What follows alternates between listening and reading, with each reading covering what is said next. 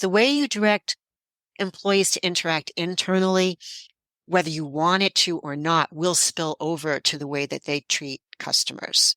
The brand that they're going to experience at work is the brand they're going to turn around and deliver. If you don't start internally and say, here are the guidelines for the behavior we want to encourage, here is what we stand for, then you're going to have a very random customer experience based on whoever they talk to, because that person will be going on their own values and on motivations. And there's not a consistency or cohesiveness that you can achieve in that situation. Helping you create loyal customers and loyal employees, all through the power of simplicity. This is the Simple Brand Podcast, now heard around the world, including Vinnytsia, Ukraine. I'm your host, Matt Lyles, and this week I'm talking with Evelyn Starr. Evelyn's a brand expert and marketing consultant who's worked with a number of well-known brands, including Hasbro, Gillette, and Dunkin. And here's what's really cool about Evelyn's work. She specializes in working with brands in adolescence. Essentially, brands that have stalled after their initial success. And that focus leads to Evelyn's best-selling book, Teenage Wastebrand: How Your Brand Can Stop Struggling and Start Scaling. Evelyn and I discuss her lessons from Teenage Wastebrand, including the symptoms that adolescent brands display when they hit that awkward phase and start stalling. Fortunately, we also discuss what you can do to turn your brand around if your brand is in that awkward adolescent stage. So here it is. Here's my interview with Evelyn Starr. Hi, Evelyn. Welcome to the show. Hi, Matt. It's good to see you. It's good to finally meet, well, at least virtually. Yes.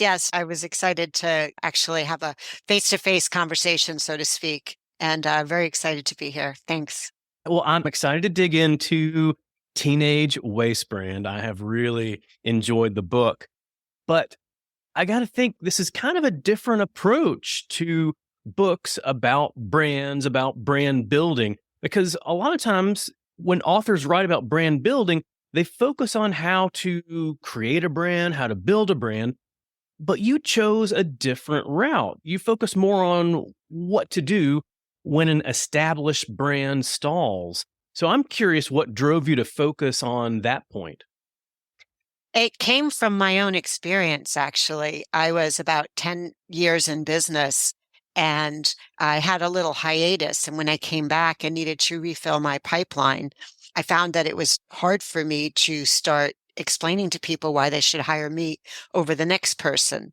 And then of course my marketing mind went, oh, okay, you're marketing yourself on your services, which at the time were marketing strategy, marketing research, and copywriting. Those are getting commoditized and you don't really have a way to differentiate yourself, which is like the cobbler's shoeless children, right?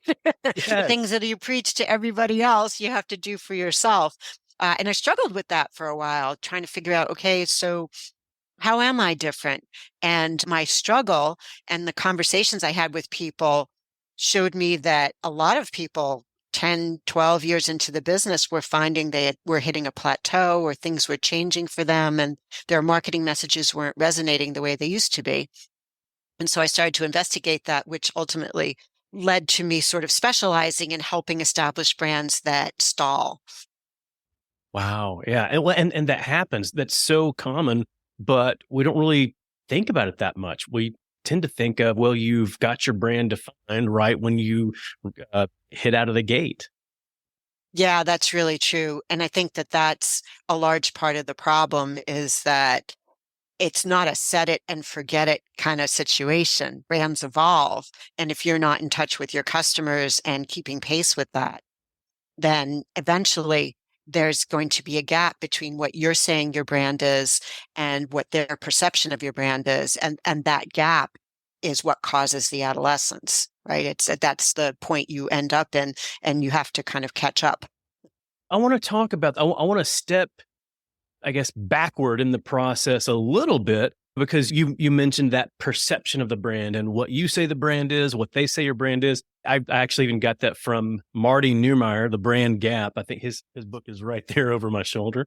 But When we think about and talk about brands, a lot of people still seem to misunderstand the concept of what a brand is. And so I'm curious, from your perspective, what is a brand? How do you define a brand? How are brands formed? So, my definition of a brand is it's the expectation of what you'll get from an entity the next time you encounter the entity based on all your experiences and impressions in the past of that entity. I think the best way to talk about how brands form and why that definition is dear to me is to give you an example. So we need to have our hard floors redone in our house, and we're also going to rip out a carpet in our living room and put hard flooring down. And so recently I asked my interior design consultant for recommendations of services to do that work. She gave me three. The first was a branded company that had a website that she had had several experiences with and raved about. Okay. The other two were just names and phone numbers that came from contractors she knew. So right out of the gate, the first one she mentioned to me is, my lead candidate, right? Because it comes experienced, it comes recommended, and it has sort of more of a professional aura, having a company name and a website. Right. So then I try and contact all of these three. And the first one with the website, I call 4 times and email once and get no response. The other Wow. two pick up the first time I call and set a time to come and see the project. So now, in a quick turn of events, the first one went from first to worst. And in my mind, it doesn't matter all the other imagery and the name and everything else I've heard about them. In my mind, they are uninterested and unresponsive, where the other two people are interested and responsive. So then I meet with the other two. We had appointments at 2 o'clock on 2 different days. The first person shows up at 1:30. Fortunately, I was home and could meet. And he says, I need 3 days to do this project. I'm going to put 2 layers of polyurethane on your floor. And for the new floor, I'm going to make it look like it continued from the other. And here's my price. The second guy called me early in the day. He was supposed to come and said, hey, would you mind if I came at 1 instead of 2? Because I'm done early with my job. At 1 o'clock, he came and he said, okay, I would do 3 layers of polyurethane because in my experience, 2 doesn't do enough. Here are 2 choices of the way you could do your floor in the living room. And by the way, I need to drop off the wood a few days in advance because it needs to settle and acclimate to the environment in your house. If I don't do that with the wood, ultimately you'll have gaps between the boards. And so for the 2 remaining candidates, the first one was, cheaper, faster, and a little bit random in when he was showing up. And the second one was very considerate of my time, explained things really well, great communicator, and seemed more thorough to me. So you won't be surprised that I hired the last guy. But I tell this story because I want to illustrate the fact that the brand forms in the mind of your prospect or your customer. It's not at your agency. It's not in your marketing department. It's not on your computer. When you were saying earlier that you set what the brand is, you define it at the beginning, and that's what you go out with. The first time people are hearing about your brand, if they're hearing from you, that is what they'll think of the brand. But Right. over time, they're going to have their own experiences, as I did. And those experiences are going to get filed away and accumulated in their brain in a file with your brand's name on it. And ultimately, those experiences are going to dominate their impression. And if they differ from what you say your brand is, and they almost always will over the course of years, right? Because maybe you change product lines, maybe the way they think of you and what you're good at is different than the way your brand thinks of it itself. That gap that develops becomes the problem, becomes the brand adolescence. But that's the key, though, is to understanding that you are not in control of your brand. You don't get to define it indefinitely, and you have to stay in touch with your customers to know what they're thinking about it. Wow. Okay. So if you don't get to define your brand, your customer is the one that defines your brand. What can you do to try and ensure that your customer defines your brand the way that you would like them to define your brand? Excellent question. One of the things that you can do is be very clear about your brand identity, which kind of gets into the first symptom of brand adolescence, which is having an identity crisis.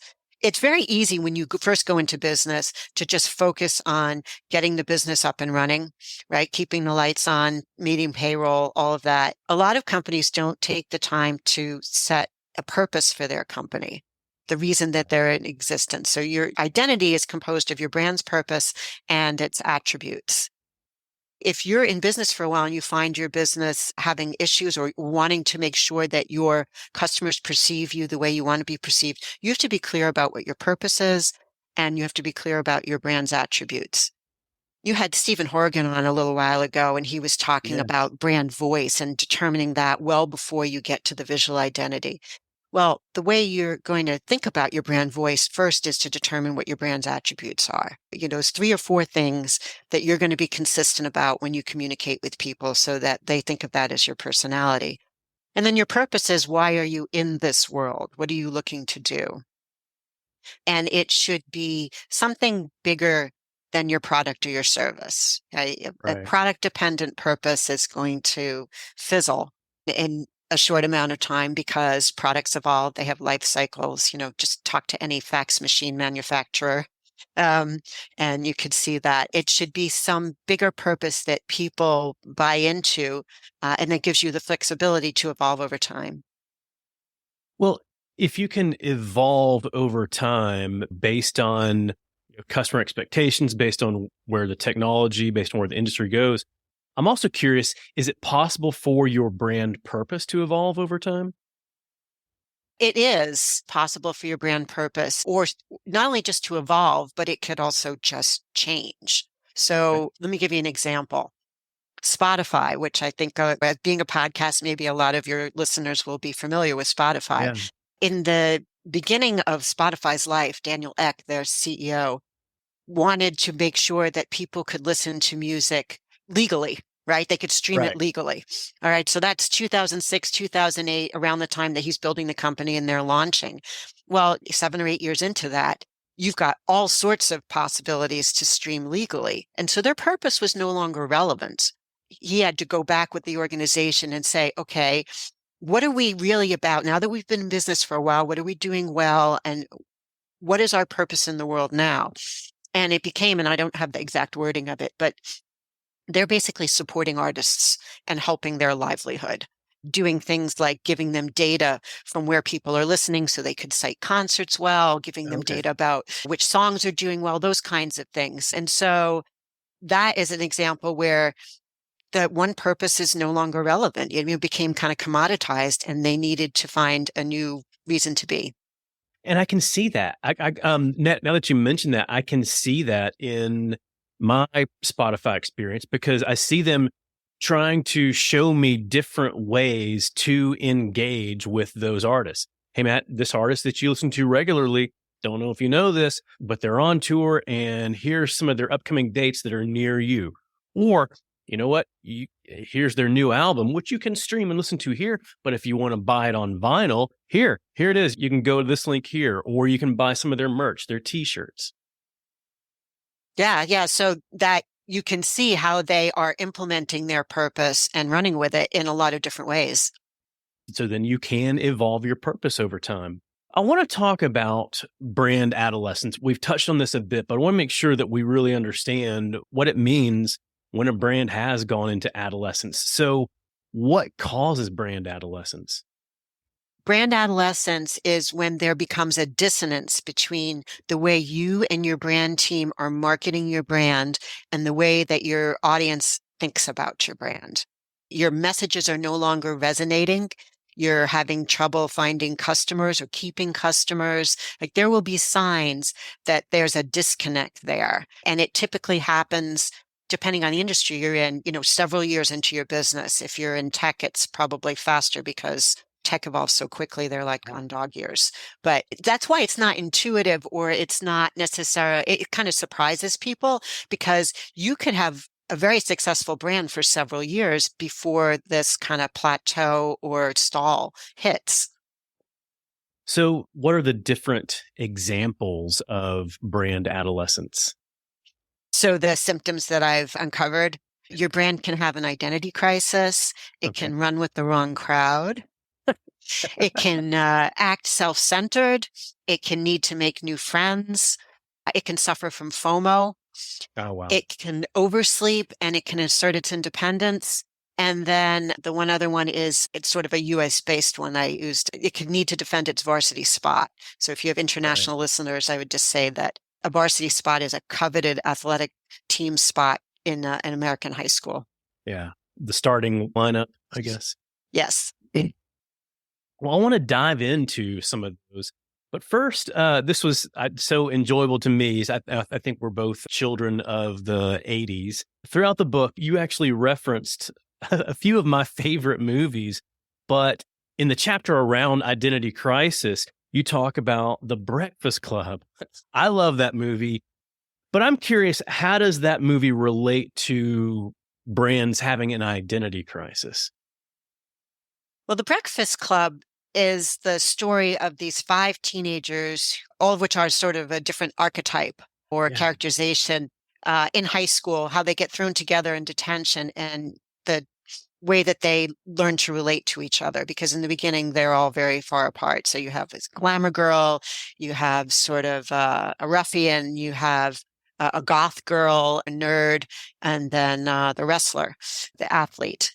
And what comes out in the course of the movie is that as they start talking, as different as they all may seem visually and the areas of interest that they have, they're all struggling in their relationships with their families. They're all struggling to decide how they want to be perceived, and they're railing against these stereotypes that they've been pegged. The glamour girl doesn't want to be thought of as a princess, and the athlete doesn't want to be thought of as stupid or only by the sport that he is involved in. So that's why I chose that movie. It's the same thing with the brand. The brand has to deliberately think about what it wants to be and how it wants to be perceived. And so if you're trying to solve for that, is that what comes through with defining your brand purpose, your brand attributes? Yes. Yes. So the brand purpose is, what you want to be, and your attributes are how you want to be perceived. I I can see focusing on brand purpose as to what you want to be, but then brand attributes, how you want to be perceived. What if your attributes that you define, what if that doesn't match up to reality? What if that doesn't match up to how your brand is today? Well, then there you have a problem. And so that also goes back to the idea of, you need to be in touch with your customers and your audience to understand how they think of you. My recommendation is never to just choose 3 or 4 aspirational attributes off the shelf and say, this is who we are, because it won't resonate and you'll be still stuck in adolescence, right? Where your messages and the way you talk about your brand isn't resonating with your audience. Rather, you're better off finding out from them, how is it that they think of you? Hopefully positively, most Yeah. often positively, right? If they're customers of yours. And then if you want to evolve your brand, you maybe take 2 or 3 of those attributes in the way that they're most likely to think of you. And then you add an aspirational one and evolve towards that in your messaging and hope to get into people's minds that way. But you can't just say, this is who I am. And then the other problem, as long as we're diving into it, the other mistake that some of my clients have made is that the attributes they'll choose are not brand attributes, but category attributes. They'll look at their competitors and they'll say, well, I want to be the same as them because I don't want people to not consider me in their set of possible options. Yeah. And the problem is that you're not differentiating yourself that way at all. So there's probably in any industry, and I can use an example, if we're consultants, we have to be credible.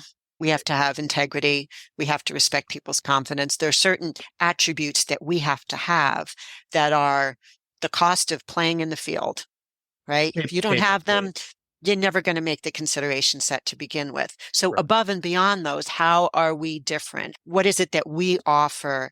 And what is their experience likely to be with us that differentiates us from our competitors? When I see brands and examples of whether it's the brand team or the leadership or the marketing leadership that focuses on brand attributes, I I see them tend to focus on the attributes that would differentiate themselves. I'm curious if there's an opportunity to help everyone in the organization understand here's where we want to differentiate ourselves, but also have a reminder of, but here's the minimum requirements. So Yeah, here's this set of attributes that we have to hit on every single time. right. Now, here's the aspirational attributes where we want to differentiate ourselves. Right, right. And I think that that's a really important distinction and that everyone in the organization ought to understand. Here are the things we have to be considered in the field. Without this, we're really not a player. And above and beyond, here are the attributes that are going to direct our brand voice and the tone of Yeah. our voice, the wording that we use, and use these differentiators in that mode when you're interacting with people and when you're writing marketing messages. But always remember that the cost of playing are these things here. Yeah. I see a lot of brand leaders when they talk about the brand identity and how the brand is delivered, how it's displayed. A lot of times they'll focus on the visual and the brand voice. I like to argue and make a case for instilling it in the actual actions, the actual customer experience that you deliver to. Well, and that's crucial because as I just explained earlier on, your customer experience is how your brand is built in your customer's mind, Yeah. right? They're the Yeah. ones doing that. So if that experience doesn't live up to what you're saying, and that disconnect registers with them, you have a credibility issue, you have a misconnect there, and you're going to lose that prospect. Yeah, that's it. Okay. I want to jump to another brand adolescence example that you talk about. You talk about being self centered. So, how do you know if your brand is self centered? Brands that are self-centered tend to have a lot of arguing going on internally in their team, a lot of finger pointing. They also tend to react to customer complaints by trying to make them go away or explaining to the customer why they're wrong, as opposed to taking in that information and trying to improve. They're really all about the company and to some extent the financial gains of the company and whatever their goals are, and they're not customer centric. Gotcha. So, it sounds like a number of issues going on. One being focused on the company's own priorities, whether it's the company or the leadership or the shareholders. And then the other being maybe maybe that trickles down throughout the organization, where then each functional area, each team then becomes self-centered around themselves. So they're focused on their own goals. And then if something goes wrong, want to point the finger at other teams. Well, that wasn't our fault. That was this team's fault. Yeah, that's exactly how it happens. Brands that are self-centered, it becomes pretty clear to all of the employees and all the different teams in the organization what gets rewarded. And what gets Okay. rewarded in those organizations are things that go after what their goals are as opposed to serving the customer. That causes a lot of tension for people who are used to serving customers. It also leaves them in kind of a lurch. They don't have the backup systems and the wherewithal to make customers happy or to answer their needs or to make improvements. So there's a lot of internal dissonance that happens. So how do you solve for that? That, in my mind, is a values issue. Companies that are self-centered either haven't taken the time to determine what their values are and include customer focus in those values, or they don't care. So the example that I use in the book, which is the poster child in my mind, is Facebook. If you look at their values, they're like, move fast and break things, be bold. They've made statements like, we'd rather be wrong sooner and not miss an opportunity and fix it later than take more time. And they talk about connecting people, but sometimes I feel like that's at odds with some of the stuff that the algorithm dregs up. They tend to show people things that evoke very strong emotional responses as opposed to connecting people together. And so it's more dividing. So those kinds of things, that their values, when I looked at them the first time, my jaw dropped because I thought, oh, well, it explains what's going on. They are focused on themselves. They are focused on winning whatever race they perceive in the social media world and whatever goals they have. And their customer is not present at all in their values. Their employees are barely present in their values. It's more directions of, this is how we want you to act, this is how we want you to move, but the behavioral guidelines are really murky. Wow. And over time, I can see how employees would think, okay, this is what's expected of us. This is what gets rewarded. So this is where I'm going to place my efforts. This is where I'm going to focus. And the customer's not even existent in that. No. It's really disappointing. And those brands get themselves in trouble. They really tend to, because ultimately customers get disaffected and don't want any part of it. So they start to leave, or they get in regulatory trouble. Yeah. So when you don't have values that are directing people's behavior in a positive fashion and showing your true heart of the brand, you have everybody acting on their own personal values and, like you said, motivated by the rewards that they see. Yeah. So when you're crafting your values to combat or solve for this self-centeredness, it sounds like somewhere in there, whether it's in the exact word or at least in the explanation of the values, you've got to show everyone where the customer is and how the customer fits into those values. Yes, you really do.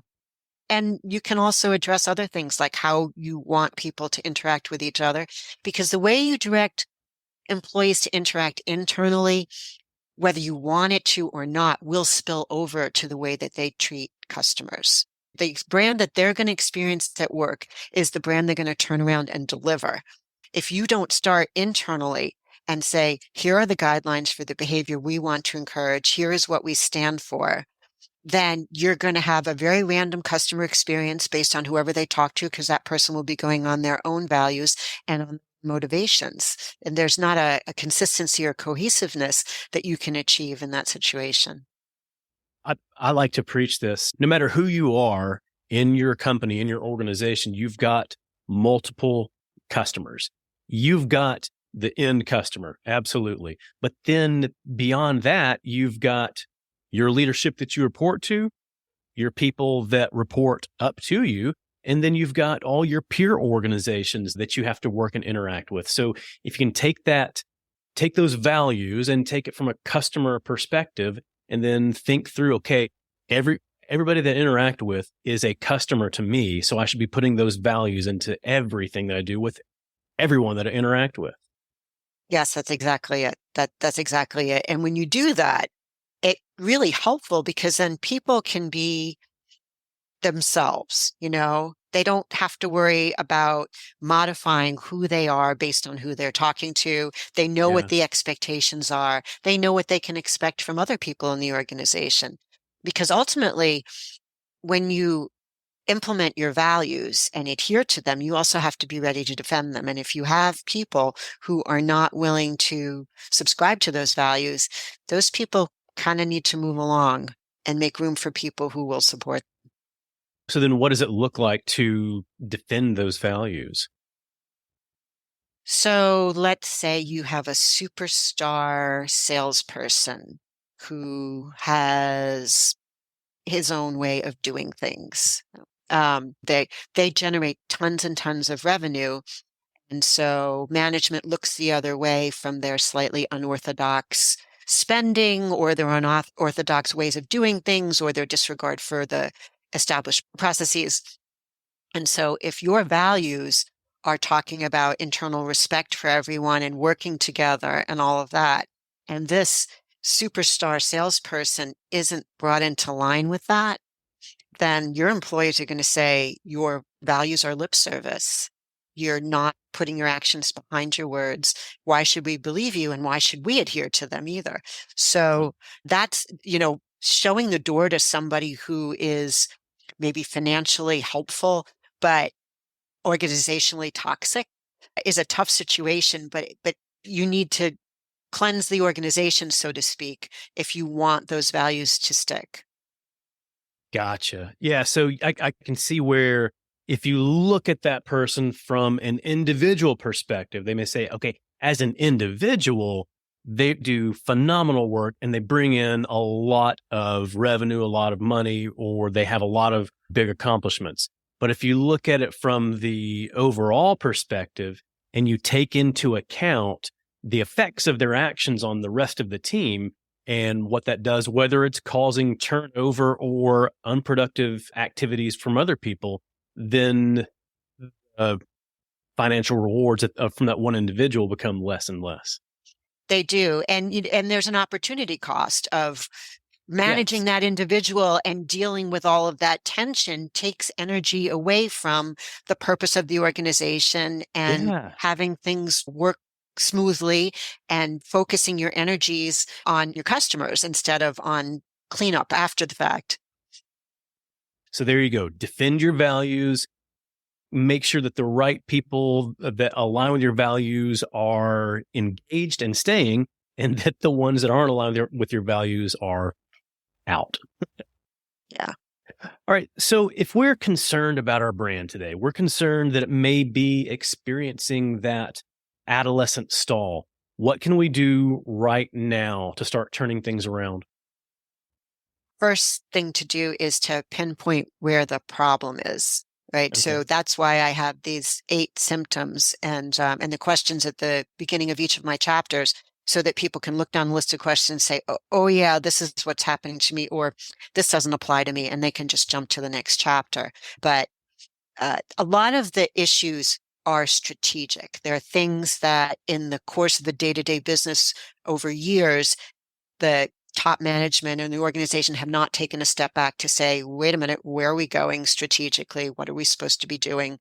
So, for example, if a company finds that they're being blindsided by competitors' product launches, or they're struggling to keep up with customer requests that parallel things they can get from your competitors, or they go to a trade conference and all of a sudden things are brand new to them and they find themselves behind the times, that's a sign to me that your brand is oversleeping, and that you're not doing some sort of regular strategic planning and industry Right. analysis and understanding what's going on in terms of trends, in terms of market demand.